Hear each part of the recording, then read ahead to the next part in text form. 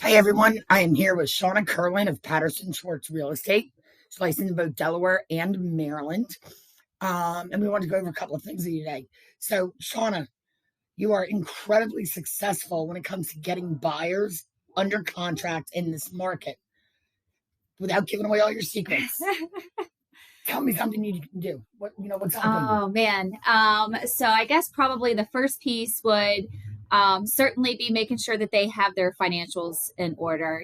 There's nothing worse than showing a property to a buyer and then they don't have any idea of how they're actually going to afford it, what loan program they're going to use. Do they need closing cost assistance? Do they have enough assets to cover their side of the transaction? So I really like to do that legwork ahead of time. That way we have no surprises, when it comes to what to expect in the transaction other than just normal transactional surprises. So I would say the first part of that would be having yourself lined up with the right lender and have the communication open between them and your buyer would probably be the best piece of advice right now. I know I've had a lot of people tell me their buyer said, trust me, I'm good. Just take me to show me the house. Will sellers even let anyone into their house now? So that is going to be property specific. I do see that a lot of times those are required if we know that the loan, like if someone's probably on that cusp of where they could go from a loan to maybe a jumbo loan, or perhaps they're paying cash. I showed a property this weekend where we had to have proof of funds to be able to enter the property, but it was worth several millions of dollars. So certainly that was the seller's choice. I will say this, most realtors are not going out and doing appointments with people who are not showing some sort of proof of funds or, a financing approval, because the houses go so fast. We don't want to waste our time. If we're saying yes to you and you're not prepared, we're saying no to a prepared client. Right. So, and I would think if I was listing my house, I wouldn't want anybody walking through my house that wasn't ready, that couldn't buy it. Yeah. Because ultimately, the time on market is a very small fraction of what it used to be. So if you have maybe 4 or 5 day window where you're having an open house at your listing, or you're going to allow people to come through, you certainly would rather have quality over quantity. You don't want just everybody walking through your house. It's a strange day and time. So you certainly want to make sure that nobody's wasting anybody's time. Only having pre-approved buyers in the home is common.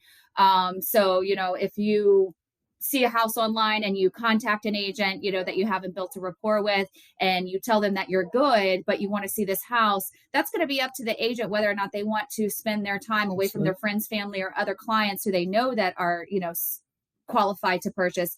That's going to be up to them whether or not they want us to do that and take you through the property. But it could also be the seller's requirements too. So keep that in mind. Right. And, Shawna and I have known each other for several years. We work together regularly. And I think one of the things that makes us a good team is it doesn't matter the time of the day or night, to a limit. Yeah. We cut it off about midnight. I'm joking about that, guys. Having communication with your lender, if you're the buyer, if you're a realtor. For a buyer, obviously I'm going to push myself and say you've got to have a good lender, but you've got to have an agent who knows what they're doing and who knows how to negotiate for you. And is going to make sure that you are finding a home that is a good home and it's good for you as well. Yeah, I want to add on that just a little bit. So I also do a bulk of my business are listings. And as a listing agent, I'm starting to get, all of these offers in. Say you maybe only have 5 or 6 offers, but say you have 15 to 20 offers.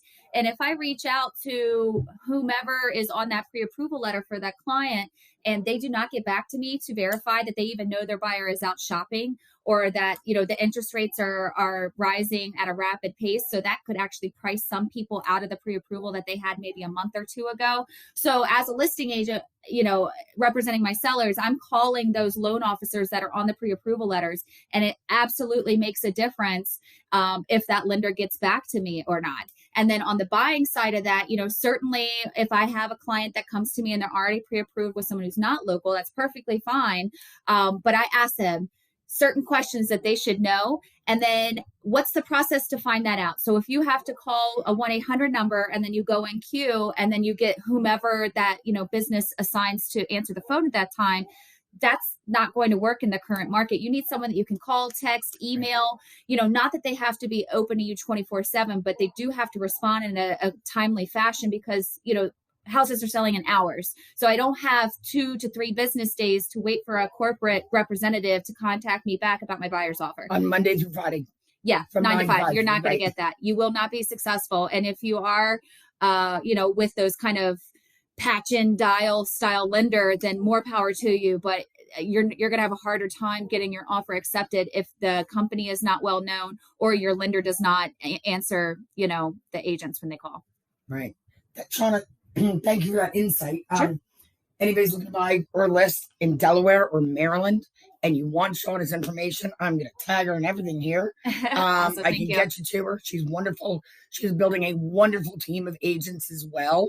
So if there's ever time and we need Shawna and Shawna's not right there, guess what? We're reaching out to one of her co-workers or her other people, just like you reach out to Dawn if you can't get me.